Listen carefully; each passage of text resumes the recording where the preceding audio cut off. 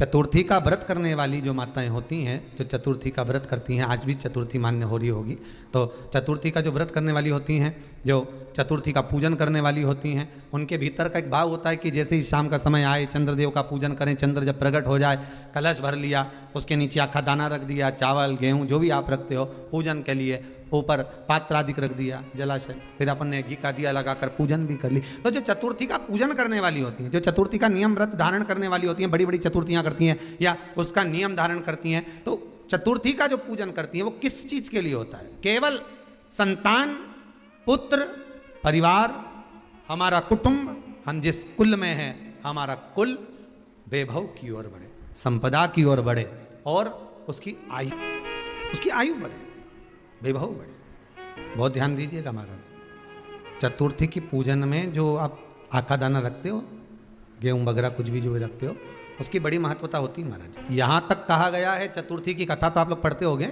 जो लोग पढ़ते हैं उनको मालूम होगा, चतुर्थी की कथा में लिखा है,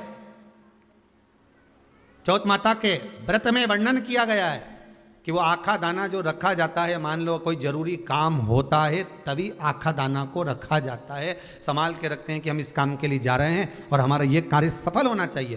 तो जिसने चतुर्थी का व्रत करा है, जिसने चंद्रदेव का पूजन करा, चतुर्थी का व्रत करा, वो गणेश जी से विनती करके वहां से 2-4 आखा दाना उठा ले, और जो व्यक्ति का काम अटक रहा है अपने ही घर का, पर दूसरे कुल को नहीं देना, अपने ही कुल के अंतर्गत जो काम अटक रहा है उसकी जेब में, उसके पल्लू में उस चीज को रख दिया जाए। तो चतुर्थी जो अगली आती है, जैसे आप महीने की करते हो तो महीने की, और आप जैसे करते हो कि 4 अलग बड़ी बड़ी चतुर्थी करते हो, तो उसके अनुसार आपका कार्य सिद्ध होता ही है। उस आखे दाने का इतना महत्व होता है क्योंकि चतुर्थी का व्रत करने वाली माता जब व्रत करती है तो स्वयं चतुर्थी की कथा में लिखा हुआ है कि पार्वती जी गणेश जी से चतुर्थी की कथा बचवाती।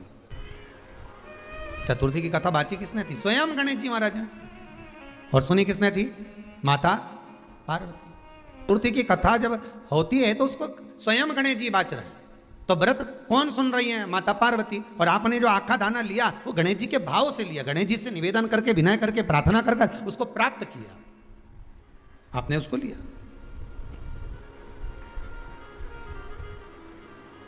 फल प्रदान कर देता है, कार्य की सिद्धता देता है।